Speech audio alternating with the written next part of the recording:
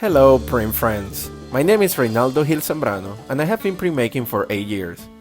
In the summer of 2021, we decided to travel and document the growth of contemporary print with the shared stories of artists and curators living in the US, giving you a look inside their studios. Prepare to join us for a journey through the inspirations that made us fall in love with the art of printmaking.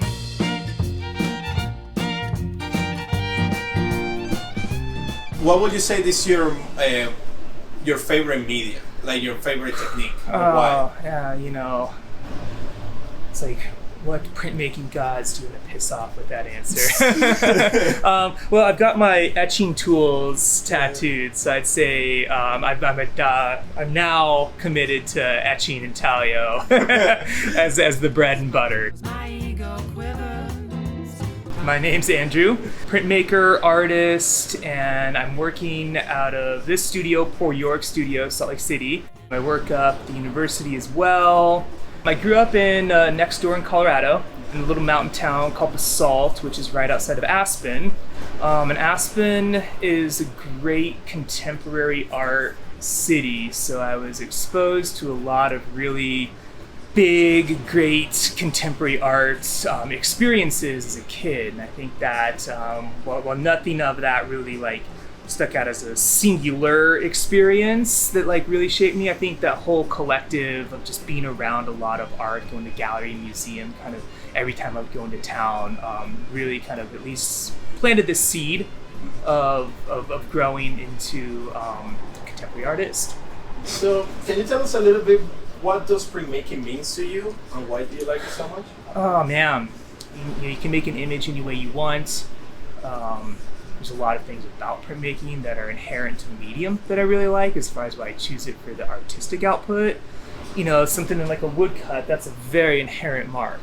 That's sure, you see a lot of artists kind of mimicking the woodcut mark, like a pen and ink line or something, but you can't beat the chisel, the gouge through the wood or the lino or the whatever you're carving in.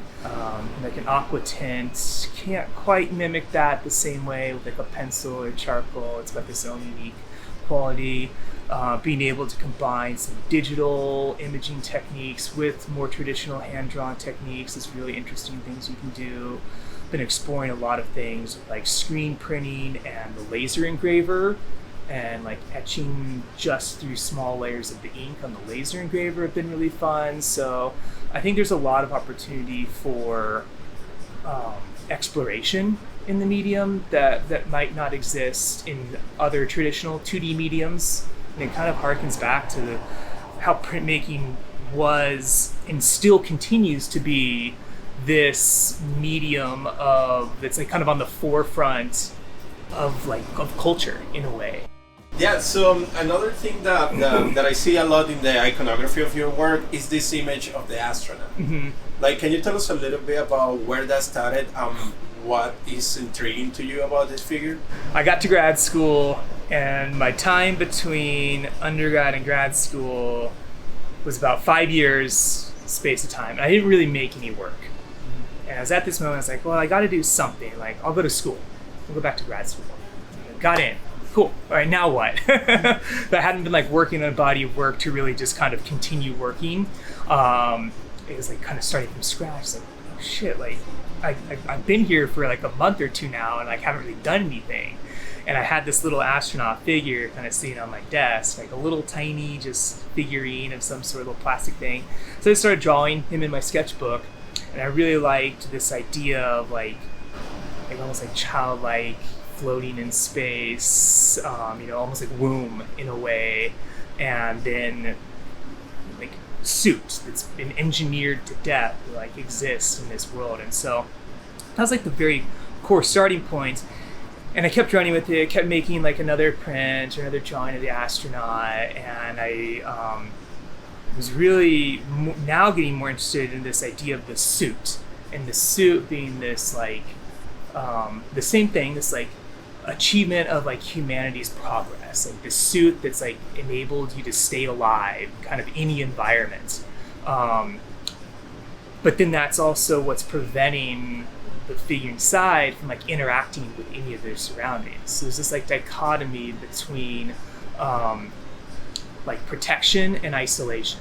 That was where I kind of had like some of those first like epiphanies in the work. That I think that the astronaut started to change and started to get a little bit more like maybe introspective, philosophical in what he was doing. So that's kind of where the piece started going, was this play in the suit. The astronaut found himself in more urban environments, sort of post-apocalyptic in a way, but never defined.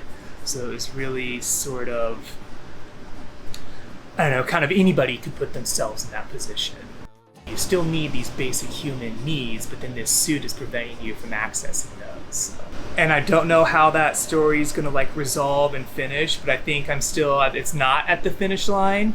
It's just kind of that like long, end of the beginning, I think. But who knows? There might not have an ending. Yeah. We'll see.